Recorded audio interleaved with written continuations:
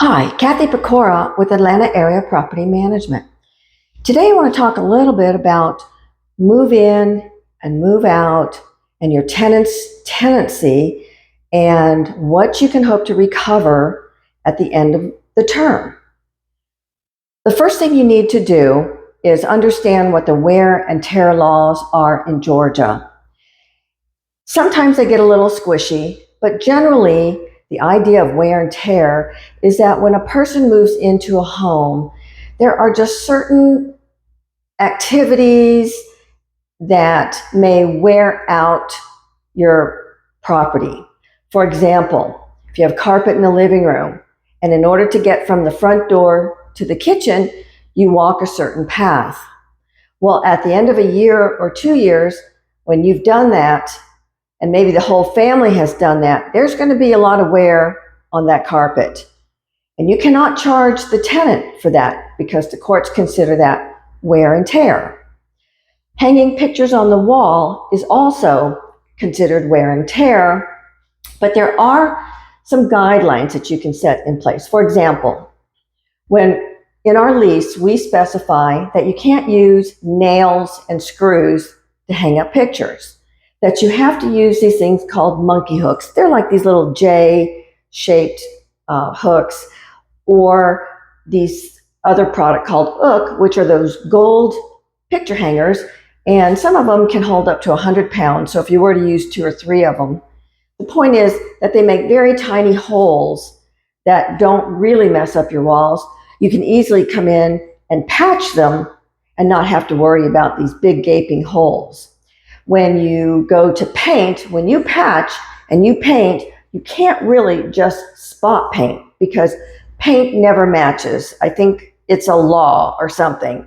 You end up having to paint the entire wall because nobody wants to move into a home where you have all these splotches all over your walls because people hung pictures.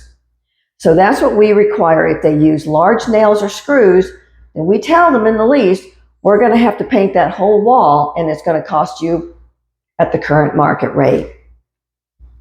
Other things that you can consider as damage would be like, which we get a lot of, broken blinds. If you put blinds in initially and they're not broken, and you pick the house back up and they are broken, that's damage. A lot of times you'll have a door, and if you don't have those guards behind it, you will get a hole in the wall because sometimes it just happens, or you get those nicks. Well, that is considered damage. A hole in the wall is considered damage, and you could go after, make them pay for that patch and the paint of that whole wall. But that would be considered damage.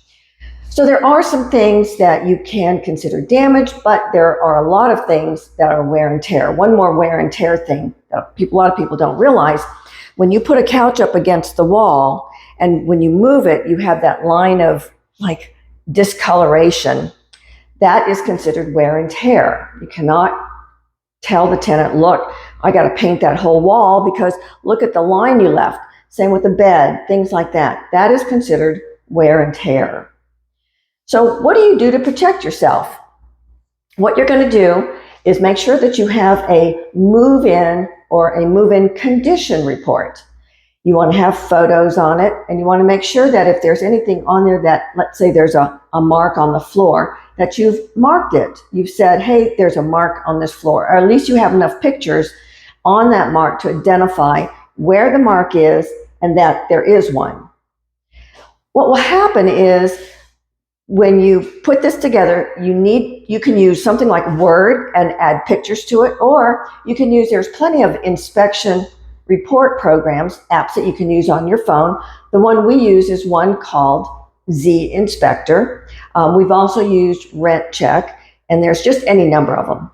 But it records your comments, it records the pictures, and these apps happen to specify the room, like they'll say walls, ceiling, windows, cabinets. So it reminds you to take pictures of these certain areas of the home. Once you have that, your tenant needs to sign it because they're acknowledging that this is the condition of the home before they moved in. Now, some people will do a walkthrough with the tenant while they're there. And we no longer do that because it takes 2 or 3 hours. So instead, we send our inspector to do the full-blown inspection, and then we will email that to the tenant with DocuSign so that they have to sign it, and then they will sign it, and we let them know that once you move in, you have 7 days to add to this report. Also, it does not preclude them from requesting repairs. It is just the condition of the property as they receive it. And they're just acknowledging that they're receiving it this way. These are the things in the property. When we do our move-in, we do not hide anything. If there is something that's there, then that it might be broken. Like, let's say there's a broken blind. We missed the broken blind. So we would go ahead and include that in our report. And we would make a note that would say, we will be replacing this blind before the tenant moves in. Now, after they've signed the report, you're going to give them a copy of it, and you're going to keep a copy of it because you will have signed it as well.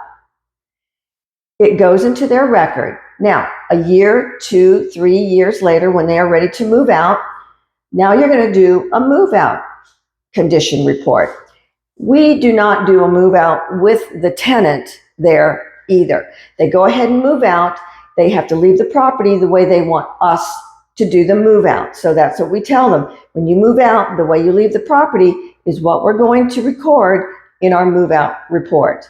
And then we come back in and we record everything. When we sit down to do the reconciliation, and in the state of Georgia, I'm not aware of how the other states work, you have to have this done within 3 days of the tenant terminating that lease. So when they move out, we go over there right away, take all the photos using the same application so that we have a match for match on rooms and items. And then that allows us to sit down and then now do the reconciliation. Things that were broken over here will not be counted as damage over here. And we start looking and comparing those reports. Anything that we see damaged over here that was in great shape when we moved in, that will be considered damage. The other thing that we do prior to their move out is we will send them a list of activities. For example, if we have to paint the wall, if we have to move personal property like trash, we will actually list a number of things that are like common occurrences, light bulbs. They didn't replace light bulbs. And we will actually put a price to that so that before they move out, they know what the cost is going to be that will be on their report that we're going to take away from their security deposit. So when we do the reconciliation, now they're going to have a reconciliation report. They'll have a before, they'll have an after, and then now they're going to have the charges. And that's how we do our move out.